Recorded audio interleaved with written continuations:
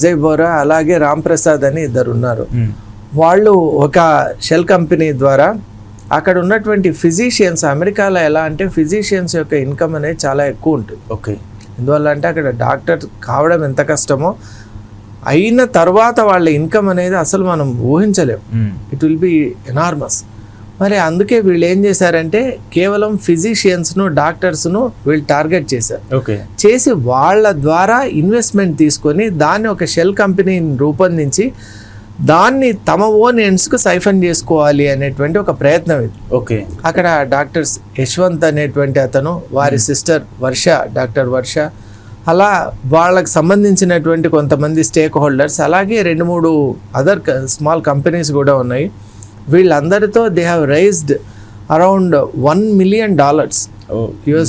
అంత ఫండ్ను వాళ్ళు కలెక్ట్ చేసి వాళ్ళు ఏం చేశారంటే ఫ్రిస్కో అనేటువంటిది, ఇదంతా జరిగింది టెక్సాస్ ప్రాంతంలో. ఓకే, ముఖ్యంగా చెప్పాలంటే టెక్సాస్ మనం వెళ్తే అక్కడ తెలుగు వాళ్ళు అంటే ఎంతో గౌరవం ఉంటుంది.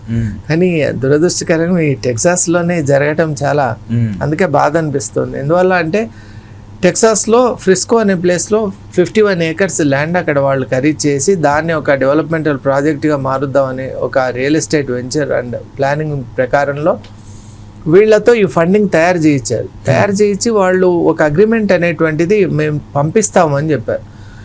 ఏప్రిల్లో అయినటువంటి ఈ ఒప్పందం ఆగస్టు వరకు వాళ్ళకి ఎటువంటి సమాచారం రాలేదు. ఓకే, సో న్యాచురల్గానే అక్కడ ఉన్న వాళ్ళందరూ స్టేక్ హోల్డర్స్ ఎవరైతే they are the parties to this agreement వాళ్ళందరూ కూడా ప్యానిక్లో ఉన్నారు.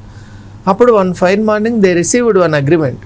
అదేంటి అంటే ఏదైతే వాళ్ళు ప్రామిస్ చేశారో దానికి భిన్నంగా ఉన్నాయి అక్కడ టర్మ్స్. అసలు పార్టిసిపేషన్ ఫీజు వీళ్ళది ఛార్జెస్ 5% ఉండవలసింది 20% పెట్టుకున్నారు వాళ్ళు. అలాగే అక్కడ అపోర్షనింగ్ కానివ్వండి, ఫైనాన్షియల్ డివిజన్ కానివ్వండి, ప్రాసెస్ కానివ్వండి, యూటిలైజేషన్ ఆఫ్ ది ల్యాండ్ కానివ్వండి, డెవలప్మెంటల్ ప్రోగ్రెషన్ అండ్ ప్లానింగ్ అంతా మాట్లాడుకున్న దానికి అగ్రిమెంట్లో ఉన్నదానికి కంప్లీట్గా డిఫరెంట్ ఉంది, వేరియన్స్. అప్పుడు వీళ్ళకి అర్థమైంది మోసపోయామని. వెంటనే వాళ్ళు లీగల్ కోర్స్ తీసుకున్నారు. మరి ఇది కోలిన్స్ కౌంటీ అనేటువంటి ప్లేస్లో ఈ యొక్క ట్రయల్ అనేది జరిగింది. ఫైనల్గా జడ్జి గారు ఇచ్చినటువంటి తీర్పు, ముఖ్యంగా నాకు కింబర్లీ లేసెట్ అనేటువంటి ఒక జడ్జి గారు ఇచ్చారు. వారు ఎలా చేశారంటే $1 million ఇక్కడ క్రైమ్ జరిగింది కాబట్టి దీన్ని సివిల్ కేసుగా తీసుకొని వారు దీనికి డ్యామేజెస్ కట్టివ్వాలి అని చెప్పారు. దీంట్లో నాకు నచ్చిన అంశం ఏంటి అంటే లీగల్ పార్లెన్స్లో ఒకటి ఉంటుంది, how you should treat your parties to the particular ఈ ఫ్రేమ్వర్క్ అని. దాంట్లో వీరు ఒక మంచి ప్రతిపాదన చేశారు. Small investors are also